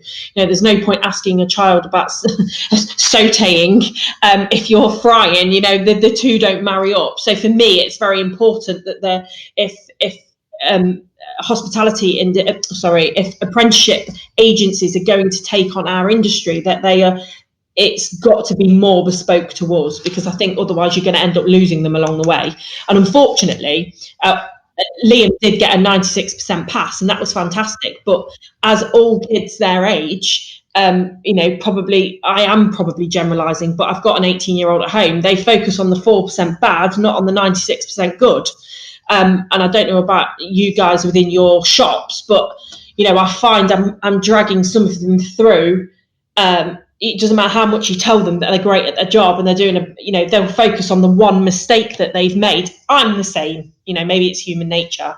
But yeah, they focus on the bad bit of the day, not the 96% good bit of the day. And I think that's really, really important, that apprenticeships should really recognise that and make sure that they're tailored to fit, 100% to the industry. Yeah, I think you're right, and I get your point.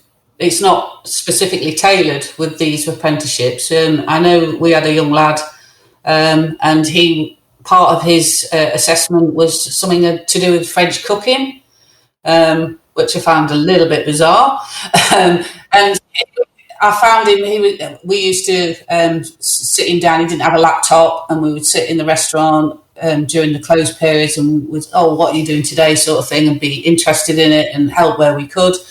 And he was in tears, and it was about some French cooking. Well, he said, "How am I supposed to know that?" And, well, the answer is you're not. But equally so, going back to what Stelios was saying about at what age we target, a 16-year-old, in my personal experience, doesn't know what they want to do. They've just arrived at the chippy because they want a few quid. Potentially, they're one of your customers' sons or daughters. And they've got in that sort of way. And for me, it's really important to get hold of them then and offer them like a food hygiene course or doing a chip champ from the NAAA. Smaller things, just to sort of give them that confidence, make them understand that there is a learning procedure, there is a training procedure going on, and we're working up. Because often then at 18, they've gone. Yeah. And it's getting them early enough to give them enough to get them interested, and then look at the longer term training. At what age you do that, for me, depends on the individual. Builds their confidence up. And I think one of the big things that I see as a negative in our industry is so I think there's a lot of sideways movement, not a lot of upwards mobility. So, I think I said it in one of the other podcasts. If you work for someone like, I don't know, Fish and Chicken, yeah, you've got upward mobility. But if you work for someone who's got one shot, you're going to go sideways a lot. You're never going to replace the owner. It's impossible. Like, well, you never know. If you stay long enough, you might run it, But I think that's one of the things. But another thing is that, and this really is the difficult thing, is we need to pay more in some ways. So if they're better or they've got better and they're good, how do you keep them? Well, you're going to compete with the open market. My 16-year-old niece went to work at McDonald's and she was getting £6 an hour. £6 an hour. £16 an hour sounds a lot. And if you think £6 an hour for like a 16-year-old, I don't know why I see some stuff at McDonald's that are miserable, because they're on £6 an hour and they're 16. Like, I'd be well happy if I was on that sort of money at 16. So I do think that's what you're sort of competing against. That this sort of like this barrier, and if you can go work at Aldi as well and get, I don't know, £8.90 to stack shelves, well, it's a mixed job. I'm not trying to be derogatory. It's a mixed job, putting things through on the belt or stacking shelves. Again, I think you're asking people that can go get a no skill job for good-ish money, and I think that's now lifted everything up. This it's not minimum wage, living wage. So this whole living wage has lifted up the barrier now, and I think so. That's another thing that fish and chip shops. So I know one lad who's got a shop in Leicester, and he said a lot of the fryers that he finds work for him for like 3-4 weeks, and then go back to the building site because they get 150 a day. One argument he could do, and I said to him, is train women to fry. Don't always rely on. It doesn't have to be a man thing. So, but yeah, I think there is challenges out there with keeping people and then keeping them motivated, but then making sure they're paid well as well. Yeah, I think for me, it's a case of, obviously, if we had the lower VAT, that allows us as a business to be able to pay better. And if we're not greedy and want to keep all that money, then, it's an investment in our business anyway. And certainly providing training, because then that gives that person self-worth and something to work towards. Doesn't obviously answer Kelly's question and doesn't fix that. And I get that. But we're talking about getting people earlier, a decent pay packet and some sort of learning structure within the job to start with, so that person feels worthy and they're always heading for the next level, if you like. Yeah, I agree.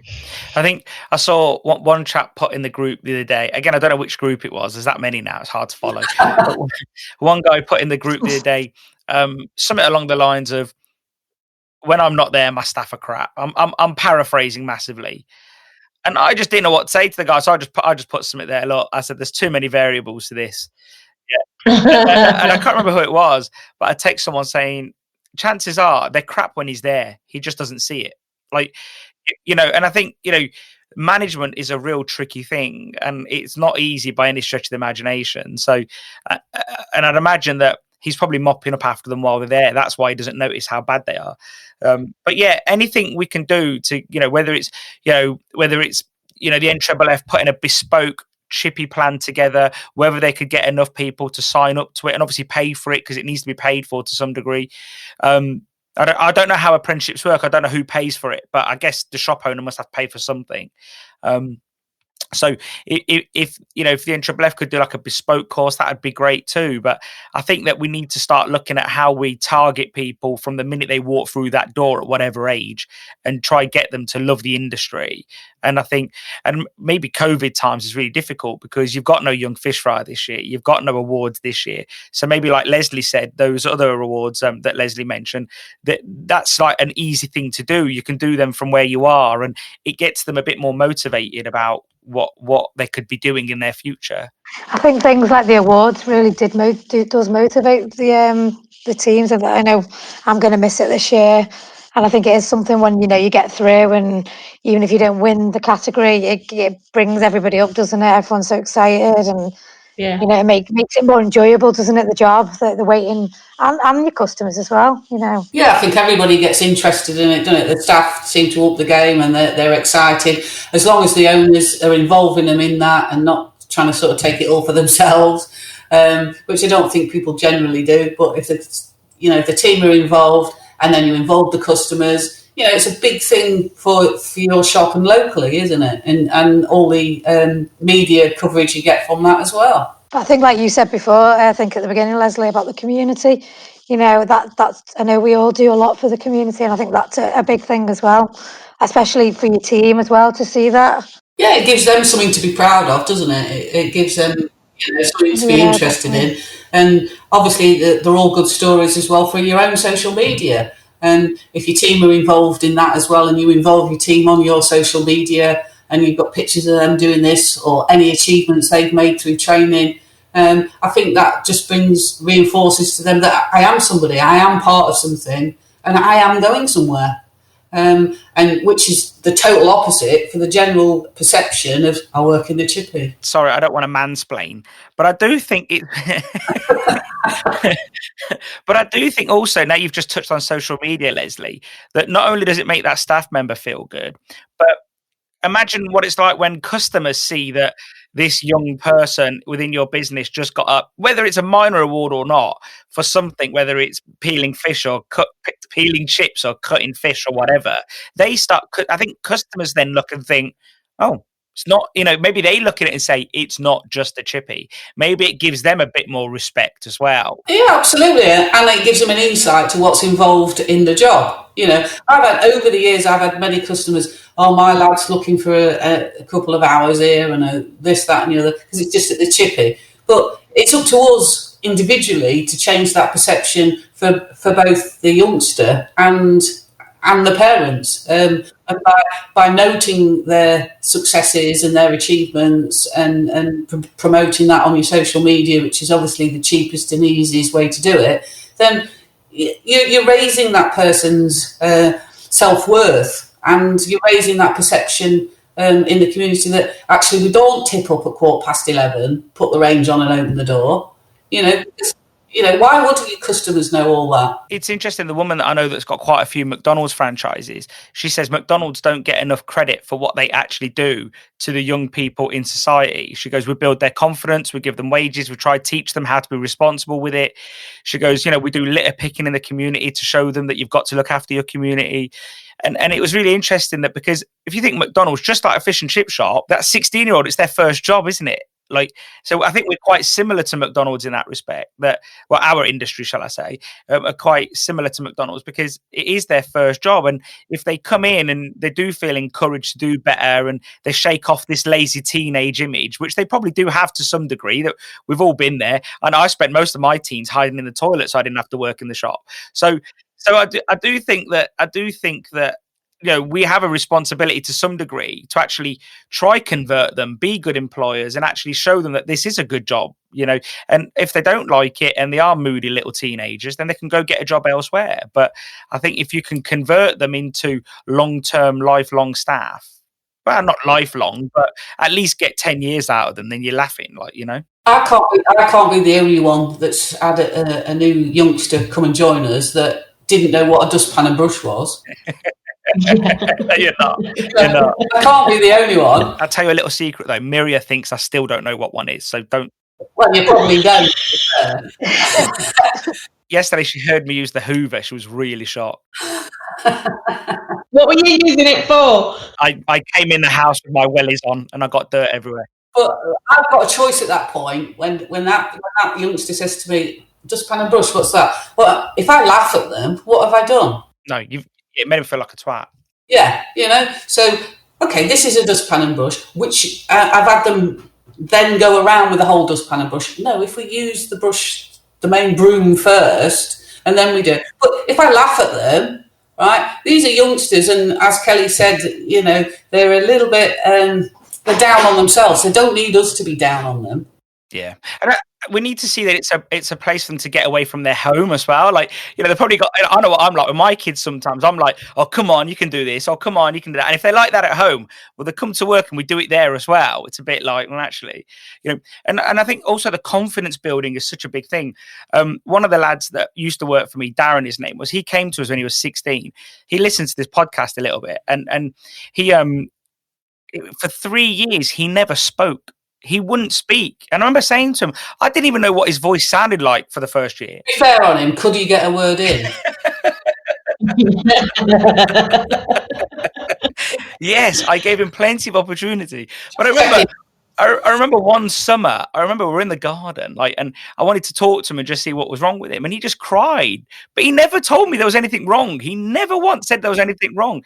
But then he blossomed. And, I remember by year 3, he was frying on the range. He was earning more than other people. And I remember one of our 35-year-olds at the time coming up to me and goes, oh, why does Darren earn more than me? And I was like, because Darren fries. Darren does managerial jobs. Darren does this. Darren's now in the army, And I remember he said to me once, he goes, well, if I didn't have that confidence from you and your brother, he goes, yeah, joking aside, a lot of it was from messing around. He goes, but I felt like I had a home. He goes, I felt like I was part of the team. And And, you know, we text even now, he's not worked for us for over 10 years. And, you know, I've not been in the shops for quite a while anyway. And we text each other, and, you know, he's in the army. And I think that shows that it may not have been it was a business benefit because he was doing so much, but also wasn't that a society benefit as well? Like, and I'm not trying to say that we did that as people, but the working for a local business, which is what we all are. I agree. We've just taken on a young lad who's 16. He's actually from the Deaf Academy, and he came in, and obviously, you know, my manager was sort of looking at me just to say, how's this going to work? I'm like, well, you know, he's got a hearing aid. He can hear, and he can hear more. And I think the thing is not being able to afraid to ask those younger, you know, the younger generation, especially with him, you know, how much can you hear? Talk to me, explain to me about your situation, and then we can adapt a little bit to work with it, as opposed to just that stigma around, oh, you know, well, that kid doesn't talk, so we're not going to employ him. Because, you know, clearly with you it worked, and it helped him go on to do, you know, a really great job later on in his life. And I'm hoping that, you know, he's called Timothy, he was so funny in the interview, really nice young lad. And I'm like, I've had the same age, you know, people the same age as you who don't talk and don't say anything, and you kind of grunt at me, and actually I've probably turned those guys away.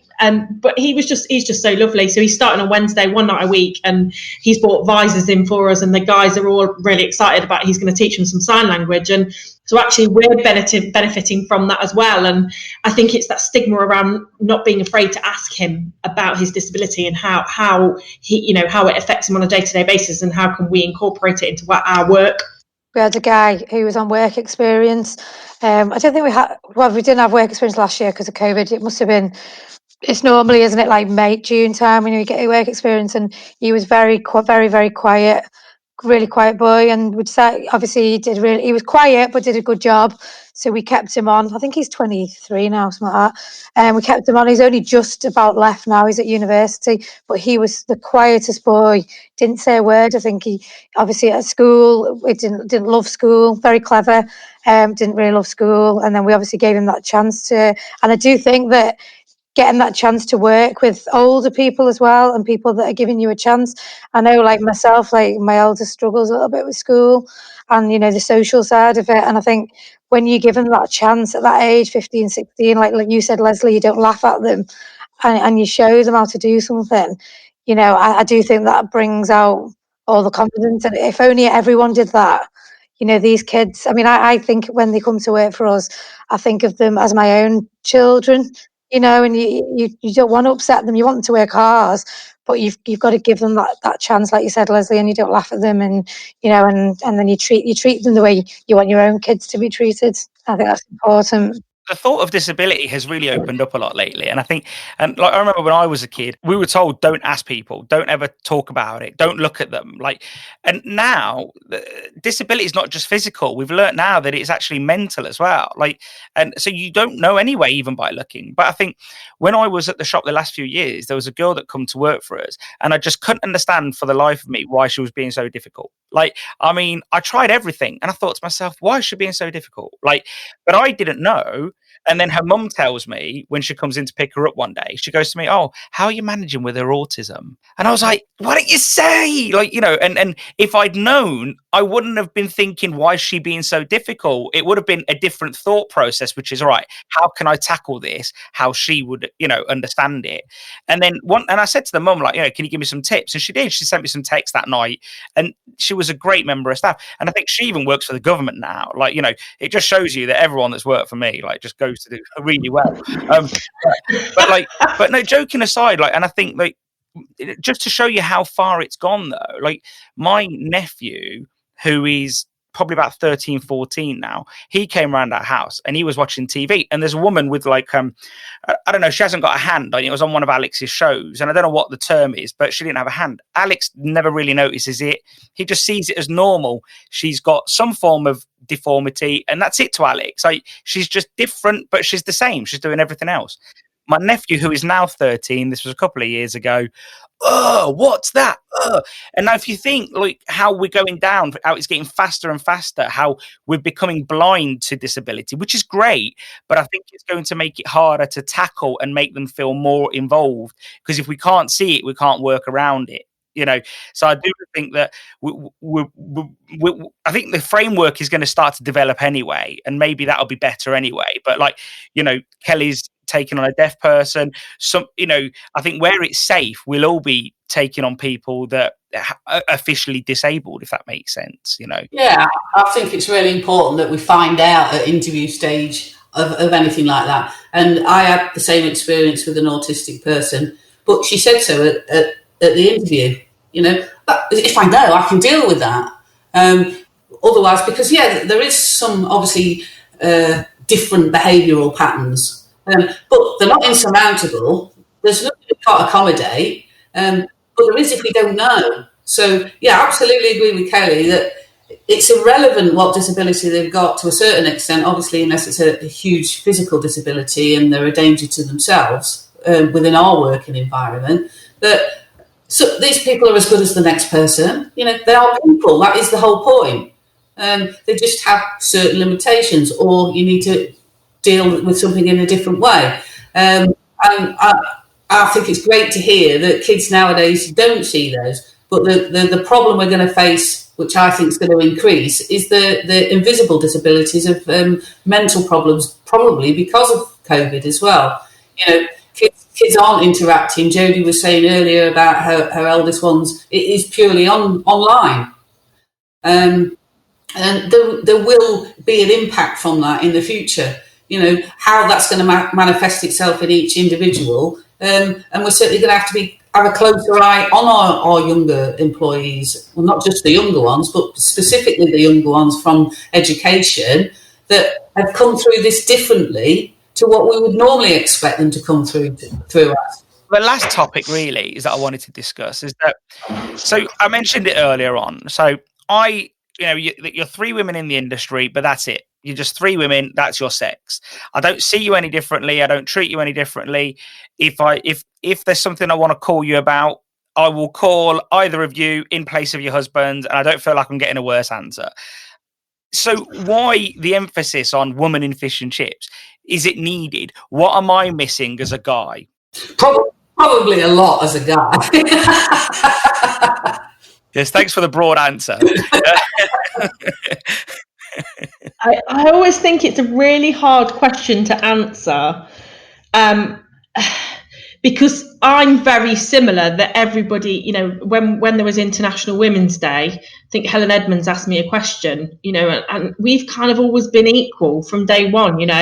Girl, boy, you work equally as hard. That's how it works. It doesn't matter about your gender. So yes, okay. I think the Women in Fish and Chips event is actually on today as we speak. But I do think that maybe in broader society that there is still an issue, maybe more in the corporate world than our world. There is still this massive pay gap. And I think that male teachers even still get paid more than female teachers. So it's probably not necessarily relevant to our industry as a whole, possibly. I don't know. For me personally, it's not relevant in terms of my shop, because we're all treated as equally. I don't care what gender you are. Just get on and do the job, do it well, and we're all working for the same goal. That's how I feel. We're all there to create a quality product. I don't know how Lesley and Jodie feel about that. I mean, I don't know. How do you guys feel about it? It's I suppose, we've got an amazing team between our three shops, a mixture, obviously, of men and women. We've got women that are frying, men that are frying. I suppose, everyone is equal. And I know this, obviously, women in business. I did go to the event last year and it was great. But I do think equally you've got amazing men in the business. So, yeah, I understand what you're saying, Kelly. It's an equal thing, and it doesn't matter whether you're a man or a woman, and we're all doing the same job, aren't we? I think from most of the men that are in shops, there's a woman behind them anyway. And I think the issue is the women potentially themselves not putting themselves forward. Because I'm not saying that it's the same in every fish and chip shop across the land, because clearly everything is different from most respects. But generally speaking, if the man's fronting the business, it's very often the woman that's pulling the strings. I don't know. That was my husband coughing in the background. I would personally like to see more women coming forward. There are a lot of women that are also running their own businesses, but they're so busy running their own businesses, lives, and often families, that they're not putting themselves forward as business owners, and maybe underselling themselves slightly. I think one thing worth noticing is that, and I think Jodie and Kelly and yourself would all agree with this, is that, joking aside, because I like to make jokes, but you three are running a business and you are running a family and a household, mostly all at the same time. And if you throw COVID into it, you've got the kids at home as well. So that is where it's slightly different. Whereas a man, speaking broadly, wouldn't have none of those issues. They almost work at home, at the shop, or they get home and they get a bit of quiet time, which has been carved out for them because of the women, if we're fair. So yeah, joking aside, I see that, I get that. I see what my wife does and I see what you three do. It never stops. So yeah, I think for me that that should be leveled. But I do also see, a woman rang me the other day. She's opening a shop soon, in April, and I just sort of said to her, she says, "Oh, I've got a restaurant now," and she kept referring to we. So when she was talking about we, I wanted to know who the other person was, because she was asking a very difficult question. I wanted to know what that other person was thinking, and I just said, "Oh, is your husband in the business too?" She goes, "No, he works for me." And I thought, oh, okay. I wasn't bothered by it at all. He, the way she said it was, he works for me, which is fine, but I still wanted to know who that other person was that she kept referencing in the conversation. And she's got a business partner. So I think there is a lot of dynamics that we're just not aware of. And I think I've just never seen it as I guess, binary. For me, it's, who do I talk to in this instance? And it's, Lesley, you rang me a few weeks ago about curry sauce. I spoke to you. Jodie, you rang me a few weeks ago again about an order. I just spoke to you. I'm not like I must talk to the husband. Equally so, Stel. I personally, I don't know about the other girls, but I've had people come to my shop and say, look round me like, well, is the boss here? Not your best start, love. I'll give you an example, guys, that happened last Tuesday. This guy came in, really, really regular customer, twice a week, every week without fail. He stood at the door. He ordered his food. He went and sat in his car with his buzzer. But clearly, between 5 o'clock when he placed his order and 10 past 5 or 5:15 when he got it, we'd had so many click and collect. So there were people coming and going for that 15 minutes. He stood in the door and screamed at me that his order was late. And I was very calm and said, we're trying our best. I'm really sorry, but blah, blah, blah. This is how long it takes, and so on and so forth. And his reaction was, you wait until I speak to your husband. And I actually lost my rag, and I shouted as he left the shop, you can speak to my husband, but I'm the boss. I hastened to add he came back and apologised. I'll just add that in there. Maybe it's an older person's thing, but you see on the news all day long how women have got really successful businesses. And in our industry, I know lots of women that I deal with daily that, have got successful businesses. They're not all just sort of like, oh my God, help, I need a man. No one does that. No, I know. I think there's a lot of stigma around it though, isn't there, Stel? I think there's just a lot of stigma around the whole women need men, and actually I think as we need each other equally as much in a relationship, whether it be personal or work, in order for the balance to work. That's why there's the whole men versus women thing, in terms of men think differently to women, and I think that's where the balance comes in, and that's actually what makes any working relationship good or personal relationship good, is that you both have different views as men and women. And some women are gung-ho and going and throw everything into it, but then vice versa, so are some men. And I think it's actually more about personality, isn't it, as opposed to men and women. I think personalities take a huge part in business as a whole. Yeah, I mean, for me, there's a big clue in the name. It's called a partnership. And as long as he does as I tell him, we're all right.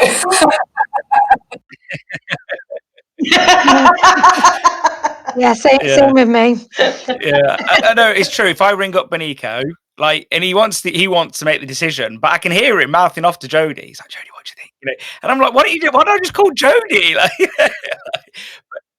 To be fair, we work well as a team. Like Kelly's just said then, it is a partnership, and it's got to be, hasn't it, for it to work in any team. Especially when you want to have a successful business. And when I see a lot of fish and chip shops, I see a lot of businesses, and you can tell when there's no women involved. And I think, this is not being sexist, actually, there's not a lot of finesse in a shop, because a woman always challenges certain ideas and ideals, whereas a man will just plonk something somewhere and be like, yeah, I'm good with that. Like, I'll do it every day. Oh yeah, I'm good with that. And Miria will see something that I've done. I'll be like, oh babe, have a look at this. And she's like, oh my God, she's like, this needs about an hour's work. And I'm like, what? I've just finished it. And you look at it after and you think, actually, that makes sense. It does make sense. And I think that's the whole team thing.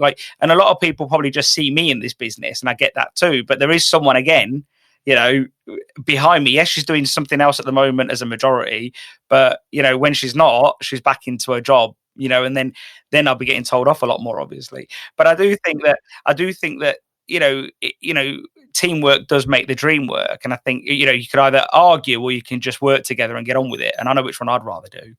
But if you three, so here's a question, I'm going to level it at Jodie first, then Kelly, then Lesley. If you weren't involved in your businesses, what glaring gap would there be? I think, as I said, I mean, we both do quite different things, because Ban's, I suppose, more hands-on in the business and more the background side of it. So I suppose when it comes to the bookkeeping, the payroll, or the ordering side of it, the invoicing, I suppose a lot of people don't see that side of the business, especially the staff don't always see that side of the business, and that's the side that if you didn't do it, it'd all crumble, I suppose. It needs that side. But like I said before, we work together. But yeah, maybe that side of it. And Kelly? I think that, are we talking about what Tim doesn't do or what he does do? No, I'm saying that what would you do so well that would be missed if you wasn't involved in the business? I think that I think that the business would probably stay where it was a little bit more. I'm well renowned by probably a lot of people, not only my own husband, but for pushing constantly. So not necessarily to be better, but I always want to do more. I always want to give back more. And so I'm always pushing all the time. Admittedly, maybe not in the last 12 months, but before all of this, sort of pre-COVID, I was always the one that was driving forward. And then Tim would hold me back, because there's only so much you can do. So that's where the balance came in. But yeah, I think that the business would probably just sit nicely and probably make more money if it wasn't for me spending it all. But yeah, I think that's probably where it would be. But like with Jodie, I'm more staff orientated, and Tim is, he does all the accounts for the shops and all of that. I know what's going on, but I don't do that side of it. So yeah, I think that's I do wonder if this is because how biologically we're all made up. Are women better at being more compassionate? Whereas, and especially, does that really kick in when dealing with HR and motivating staff? Whereas men would just be like, oh, I ain't got time for this. I've got a million things going off, and we all act like we're busier than we are. So I do wonder if this is where women are really, really do excel within the business, in my view. And Lesley, what's your thoughts? Have you written down an essay? Or? Yeah. Where shall I start? No, I think you're right about perhaps the compassion in HR, because I would deal certainly a lot differently, and do deal a lot differently with the team than Des does. I think he just sees the practical side of things. We need to get from A to B. Let's get on with it. Rather than thinking, and how are we going to get there? What have we taught somebody? What if actually somebody's got a problem and they're not performing in the way they are? It's not all black and white. Say, for example, if we just moved into our new shop, we'd probably just still have brick walls. We wouldn't have considered how it looks. it would work all right, and the end product would be as good. But it's about how we get there, and I think that's the bit that I do, is think about how we're going to get there and what's it going to look like, whether that's from staff or the appearance of the shop, and even packaging. Well, I think we've touched on a lot of great points. I think we've really covered some ground, ladies, and it's been great. It's been great to have all of you on, and I hope you've all enjoyed it. And sorry that it's cut into a large portion of your day. But hopefully we can have you all on in some format with different people in the future. Thanks very much. It's been great to have a chat with you all. Yeah, thanks so much. Thank you. Alrighty. Well, have a great day, everyone.